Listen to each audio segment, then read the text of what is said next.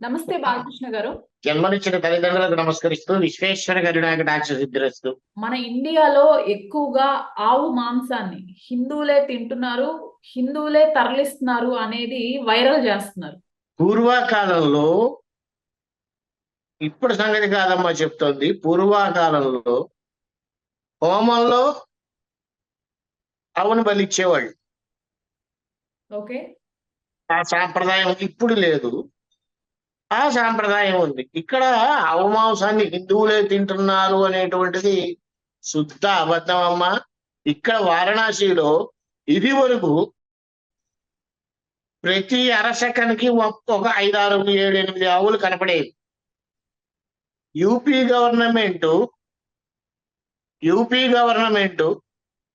యోగి ఆదిత్యనాథ్ గారు వచ్చిన తర్వాత ఆవులన్నిటినీ ఒక ప్రదేశానికి తరలించి అద్భుతమైనటువంటి సంరక్షణ చేయిస్తున్నారు.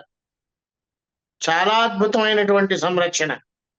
సో ఆవు మాంసాన్ని అమ్మా, ఆవు మాంసాన్ని కాదమ్మా, మీరు అదేదో ముస్లిం పండుగ రోజు ఒంటె మాంసాన్ని తింటారు, అన్ని మాంసాలని తింటారు. అవసరమైతే ఇంకా ఏదన్నా దొరికితే పులిని కూడా చంపి తినేస్తారు. మొన్న మొన్న మాట్లాడుకున్నప్పుడు ఇలాంటివే మాట్లాడుకున్నాం. వాడెవడో గేదెని మానభంగం చేశాడంటే ఇలాంటి దిక్కుమాల ఆశలు వేస్తూ ఉంటే అన్ని ఇలాగే జరుగుతూ ఉంటాయి. అందుకే అంది వినాశకాలే విపరీత బుద్ధి అని. కలిపురుషుడు కదమ్మా, కలికాలం కదా, ఇలాంటి అకృత్యాలు జరుగుతూనే ఉంటాయి. రోజుకు ఒకటేంటి, రోజుకి 7 జరుగుతాయి. ఈ చెవితో వదిలేటవే. బట్ దేనికి స్పందించాలి, దేని గురించి మాట్లాడాలి, ఇది కరెక్టా కాదా అని ఆలోచించి గనక మనం మాట్లాడగలిగితే నలుగురిని మోటివేట్ చేసేటువంటి అవకాశం ఖచ్చితంగా మనకు లభిస్తుందమ్మా. సాక్షాత్తు రాముల వారే మాంసాన్ని స్వీకరించారు, మాంసం తిన్నారు. అట్లాంటిది ఆవును తింటే తప్పేంటి అని చాలా మంది రైస్ చేస్తున్న క్వశ్చన్. శ్రీరామచంద్రుల వారు క్షత్రియుడు. ఆయన మాంసం తినేటువంటి అధికారం ఆయనకు ఉంది. ఆయన తిన్నాడు కదా, మేం తింటే తప్పేంటి అని అన్నారే. ఆయనకున్నటువంటి గుణాలలో ఒక్క గుణమైనా మనకుందమ్మా, అది కూడా ఆలోచించాలిగా. శివుడు కంఠంలో ఆలాహలాన్ని పెట్టుకున్నాడు, విషాన్ని. ఆయన పెట్టుకున్నాడు కదా, మనం కూడా పెట్టుకుందామని ఎవరైనా ధైర్యం చేయగలుగుతారా? చచ్చి ఊరుకుంటాడు. అలాంటివి చేయరు, తినే విషయాల్లో చేస్తారు. ఆయన తిన్నాడు కాబట్టి నేను తింటున్నా. ఆయనలో ఉన్నటువంటి గుణాలని మనలో ఉన్నాయా లేదా అని క్యాలిక్యులేట్ చేసుకోరు. సకల గుణాభిరాముడు, కోదండ రాముడు, అందాల రాముడు, ఆదర్శ రాముడు, ఏకపత్ని వ్రతుడు, ఇలాంటి లక్షణాల్లో ఒక లక్షణం ఉన్నా చాలమ్మా, మీరు తినచ్చు అని చెప్పచ్చు మనం. కానీ ఆ లక్షణాలు ఏవి రావు.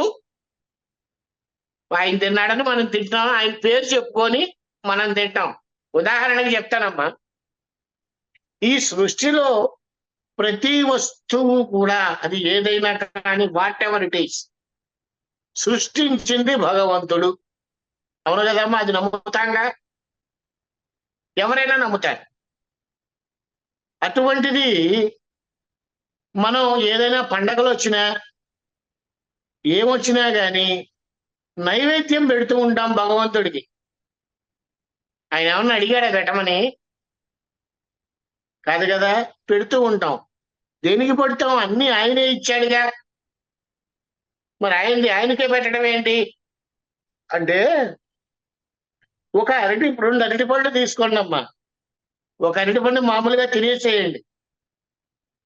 ఇంకొక అరటిపండు ఆయనకి నివేదన చేసి, భగవంతుడికి ఎవరైనా కానీ, కృష్ణుడు, రాముడు, వెంకటేశ్వరుడు, ఎవరికైనా నివేదన చేసి ఒక అరగంట గంట ఆకి తినండి.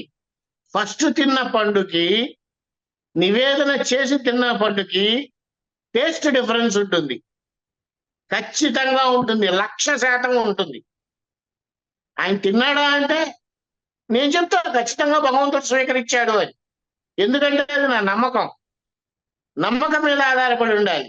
అంతే తప్పితే ఇలాంటి వాటిల్లో పోటీలు పడాలి తప్పితే, రాముడు చికెన్ తిన్నాడు, నేను ఆవును తిన్నా, మరి శివుడు ఆలాహలం మింగాడు, మరి నేను మింగాలిగా. Half knowledge is most dangerous అంటే ఇదే అమ్మా. అయితే సోషల్ మీడియాలో ఇంకొక వీడియో కూడా వైరల్ అవుతుంది బాలకృష్ణ గారు. మీరు చూసే ఉండొచ్చు. ఏంటమ్మా అది? ఒక స్వామీజీ, సాక్షాత్తు స్వామీజీని కాళ్ళు కడుగుతూ శివునికి అభిషేకం చేస్తున్నారు. కాళ్ళు కడుగుతున్న నీళ్లతో. కాదమ్మా, మీరు తప్పు చూసుంటారు. నేను చూశాను ఆ వీడియో. ఓకే. రెండు కాళ్ళు ఎత్తి శివలింగం మీద పెట్టాడు. అవును. ఆయనకి కాళ్ళు కడుగుతూ చేస్తున్నారు ఆ అభిషేకం. శివలింగం మీద పెట్టి ఆయన కాళ్ళ మీద అభిషేకం చేస్తూ ఉన్నారు అక్కడ భక్తులు పిచ్చోళ్ళ, సన్యాసి పిచ్చిముండా కొడుక, నాకు అర్థం కాల. ఇలాంటి భక్తి ఎవరికి అవసరం అమ్మా? ఇది కావాలని చేస్తున్నారా? హిందువులే చేశారా? అన్యమతస్థులు ఎవరన్నా ఇందులో దూరారా? ఇలాంటి క్వశ్చన్స్ ఎక్కువగా రేజ్ అవుతూ ఉంటాయి. నా దృష్టిలో గురువు అంటే శివుడు అంటే గురువు. అంతకు మించి పెద్ద డిఫరెన్స్ ఏం లేదమ్మా. ఆఫ్టర్ ఆల్ ఒక సన్యాసి శివుడి నెత్తి మీద, శివలింగం మీద నెత్తి మీద కాళ్ళు పెట్టి పూజ చేసుకుంటున్నాడంటే వాడికి ఎంత ఒళ్ళు బలుపు.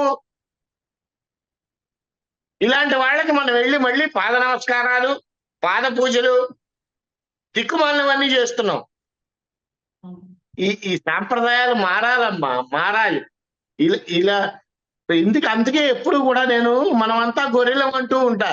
రీజన్ ఏంటంటే, ఎక్కడ ఏది జరిగింది అంటే అక్కడికే వెళ్తాం. సాయిబాబా పాలు తాగాడు, పరిగెత్తుకుంటూ వెళ్తాం. వాడు తాగాడో లేదో తర్వాత విషయం. ముందర వెళ్ళి చూస్తాం ఆ గుళ్ళో. ఇంకొక గుళ్ళో ఒక కంట్లో నుంచి నీళ్లు వస్తున్నాయి, పరిగెత్తుకుంటూ వెళ్తాం. మనలో కాస్త మార్పు రావాలమ్మా, ఖచ్చితంగా మార్పు రావాలి. భక్తి ఉండటం సహజం, మూఢభక్తి ఉండటం మాత్రం పిచ్చివాడితో సమానం. ఇలాంటి పిచ్చివాళ్ళు మన దేశంలో ఉన్నంత వరకు స్వామీజీ శివుడి మీద కాళ్ళు పెడతాడు, ఇంకా ఏదైనా పెట్టి పూజ చేయించుకుంటూ ఉంటాడు. అసలు ముందర వాడిని తన్ని తరివేయాలి, ఈ భక్తుల్ని కూడా చండాలంగా కొట్టాలి, మామూలుగా కొట్టకూడదు, తుక్కుగా కొట్టాలి. థ్యాంక్ యూ అండి. Thank you. మనోవాంఛా ఫల సిద్ధిరస్తు.